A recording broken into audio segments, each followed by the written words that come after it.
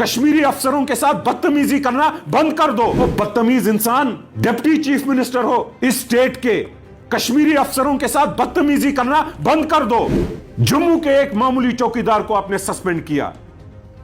क्या शर्म कहीं आती नहीं है आपको? आपको वो ऑडियो अपना याद है कि उसके खिलाफ भी फिर बोला था? लगता है जल्दी आप पागल खाने जाके इंसानियत के खिलाफ बकबक करना चालू करोगे। चौधरी साहब, हमें बखूबी पता है आपके महकमे में लेन देन ट्रांसफरों में क्या रेट चल रहा है। सुरेंद्र चौधरी साहब से मेरा सवाल है, चौकीदार सुनील मिट्टर को इन्होंने सस्पेंड किया क्योंकि उन्होंने कोई पोस्ट शेयर किया था।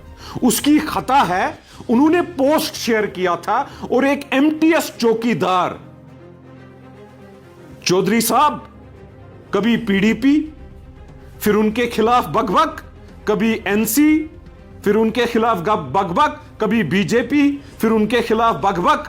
मुझे लगता है जल्दी आप पागल खाने जाके इंसानियत के खिलाफ बकबक करना चालू करोगे। आपको एहसास नहीं है कि ये चौकीदार है, छोटे से चौकीदार को आपने सस्पेंड किया। ये क्या बात है? ऐसी क्या बात हो गई? आपको वो ऑडियो अपना याद है कि उसके खिलाफ भी फिर बोला था? मुझे समझ नहीं आता है आप क्या करने निकले हो। उमर साहब ने क्या करने आपको निकाला है? चौधरी साहब, हमें बखूबी पता है आपके महकमे में लेन देन ट्रांसफरों में क्या रेट चल रहा है और आप मुंह दिखाई क्या लेते हो और बाकी भरपाई कब करवाते हो।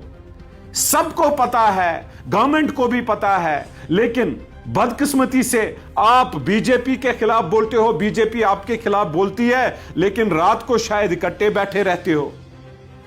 वो जो ऑफिस में आपके मसला हुआ था, फिर उसके बाद पुलिस ने कार्रवाई नहीं की थी। आपके बड़े बड़े आका हैं, न करप्शन का कोई पूछ।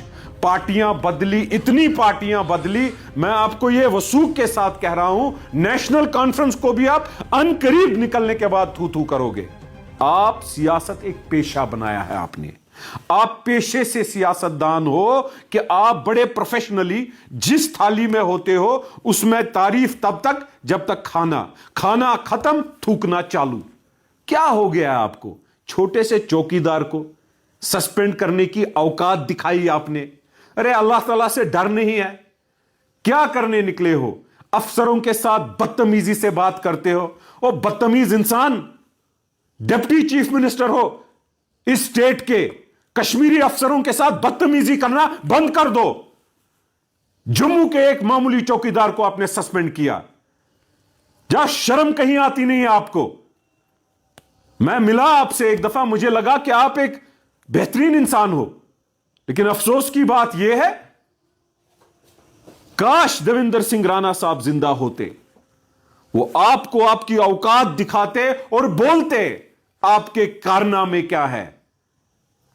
बहुत सारी चीजें हमें पता है और मैं बोलूंगा, सबूत के साथ इंशाअल्लाह बोलूंगा।